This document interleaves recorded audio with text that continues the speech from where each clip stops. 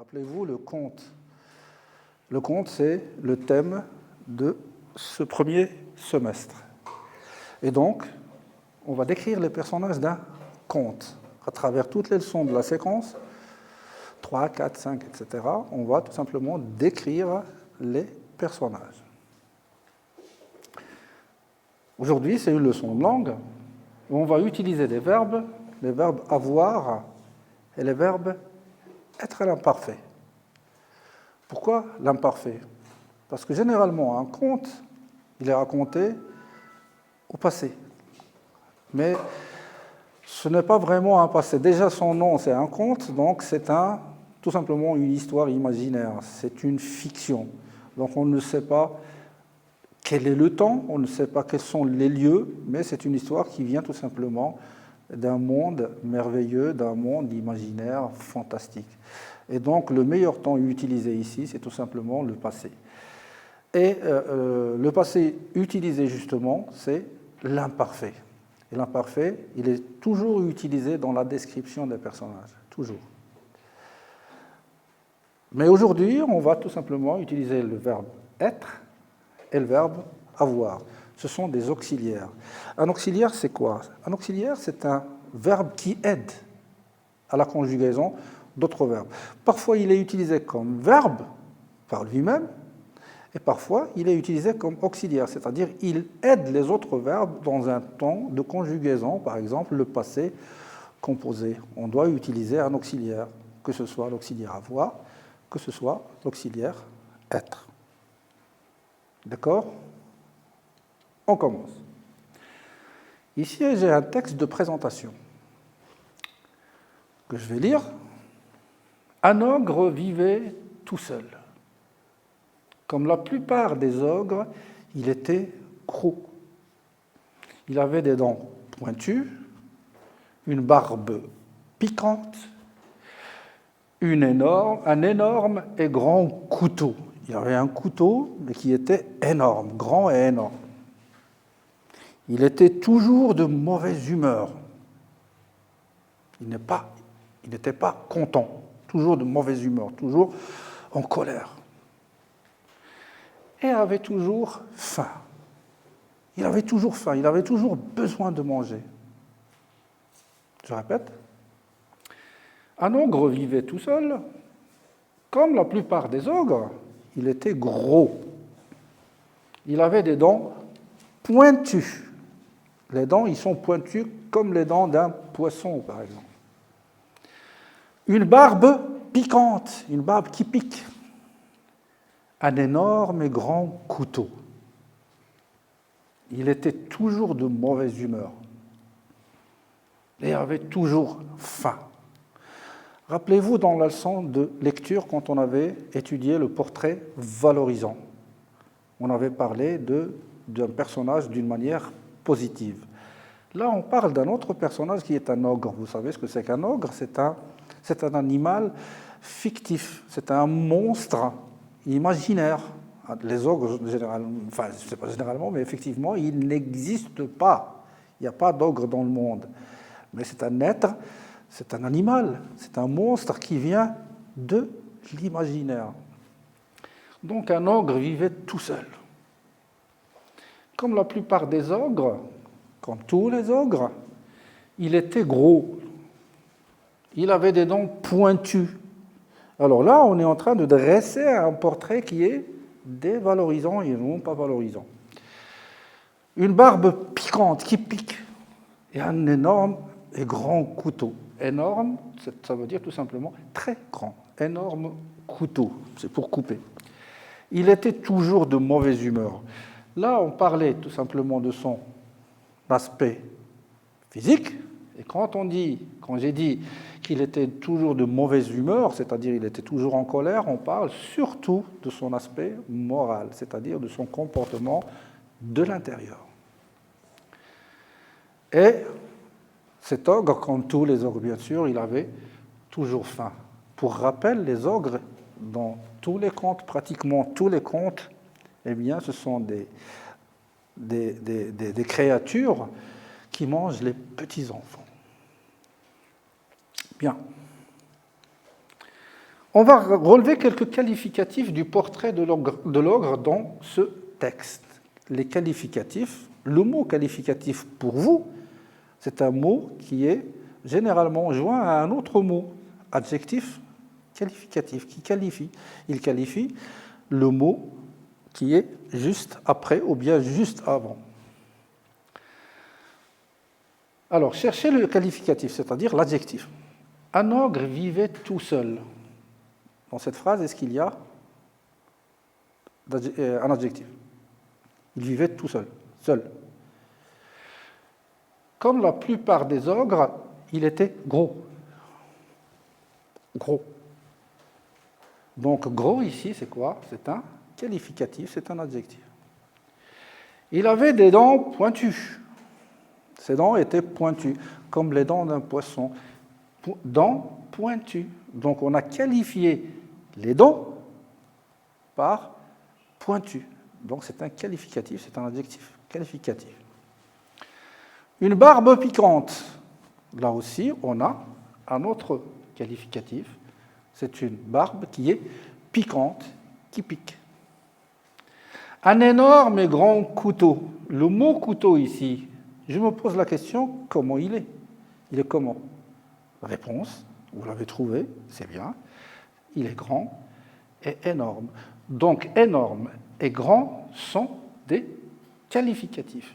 Ce sont des adjectifs qui qualifient, c'est-à-dire qui parlent du mot suivant ou bien précédent. Ici, dans la phrase, c'est le couteau. Couteau grand, énorme. Il était toujours de mauvaise humeur. L'humeur, c'est l'aspect de la personne. L'humeur. Parfois, le matin, quand vous vous réveillez, vous êtes soit de bonne humeur. Il y a des enfants qui, au réveil, ils sont contents, ils sourient, ils jouent, etc. Mais il y en a d'autres qui, au réveil, ils sont de mauvaise humeur. Ils n'aiment pas parler aux autres. Bonne humeur, mauvaise humeur. Lui, cet ogre, était toujours de mauvaise humeur. Comment était son humeur? Elle était mauvaise. Donc le mot mauvaise, c'est un qualifiant. Qualifiant du mot humeur. Et avait toujours faim. Ici, on n'a pas de qualifiant. Donc il avait toujours faim, il avait toujours besoin de se goinfrer ou bien de manger. Parce que les ogres, ils ne mangent pas comme nous, des petites portions. Eh bien, ils mangent, ils s'empiffrent de quantités énormes de nourriture. Et pour eux, la meilleure nourriture, ce sont les enfants. Attention, nous sommes toujours dans le monde imaginaire. Maintenant, vous allez trouver les phrases qui sont construites avec ces deux verbes. Quel verbe? C'est avec le verbe avoir et le verbe être. L'auxiliaire avoir et l'auxiliaire être. Essayez de voir cette première phrase. Un ogre vivait tout seul. Ici, attention, on a une petite erreur qui s'est glissée. Vivait, et non pas visait. Il vivait, c'est le verbe vivre. Un ogre vivait tout seul. Est-ce qu'on a ici l'auxiliaire avoir ou bien l'auxiliaire être? Regardez bien. Vous avez trouvé, il n'y en a pas. Comme la plupart des ogres, il était gros. Il était gros. On a un verbe, c'est le verbe était. Mais quel verbe? C'est avoir ou être? Bien sûr, c'est le verbe être. Était, troisième personne. Il avait des dents pointues. On a un verbe ici, c'est le verbe avait. C'est quel verbe? Être ou avoir? Bien sûr, vous avez trouvé, c'est le verbe avoir, à l'imparfait. Une barbe piquante, un énorme et grand couteau. Pas de verbe. Il était toujours de mauvaise humeur. Il était toujours de mauvaise humeur. Est-ce qu'on a un verbe ici? Cherchez. Très bien. Il était toujours de mauvaise humeur. Le verbe, c'est était. Et donc, c'est le verbe être, à l'imparfait. Et avait toujours faim. Il était de mauvaise humeur et avait toujours faim. Avait, là, on a une autre phrase avec l'auxiliaire. Avoir, à l'imparfait. Alors, On va maintenant passer à un petit tableau où vous allez essayer de trouver, de conjuguer les verbes avoir et être aux personnes indiquées. Ici, on vous indique les personnes, on vous demande les personnes. Et là, vous devriez trouver tout simplement quelle est la conjugaison du verbe être et avoir, mais surtout l'imparfait. Il, elle. On peut rajouter on. Alors, il, être. Quelle est la conjugaison? Avoir. Nous. Vous. Elle. Essayez de trouver. Réponse. Il était. Il avait. Elle avait. Nous étions pour être. Nous avions pour avoir. Vous étiez pour être et vous aviez pour avoir. Il ou elle étaient, attention, ça se termine par I-E-N-T. Avait, ça se termine par I-E-N-T aussi.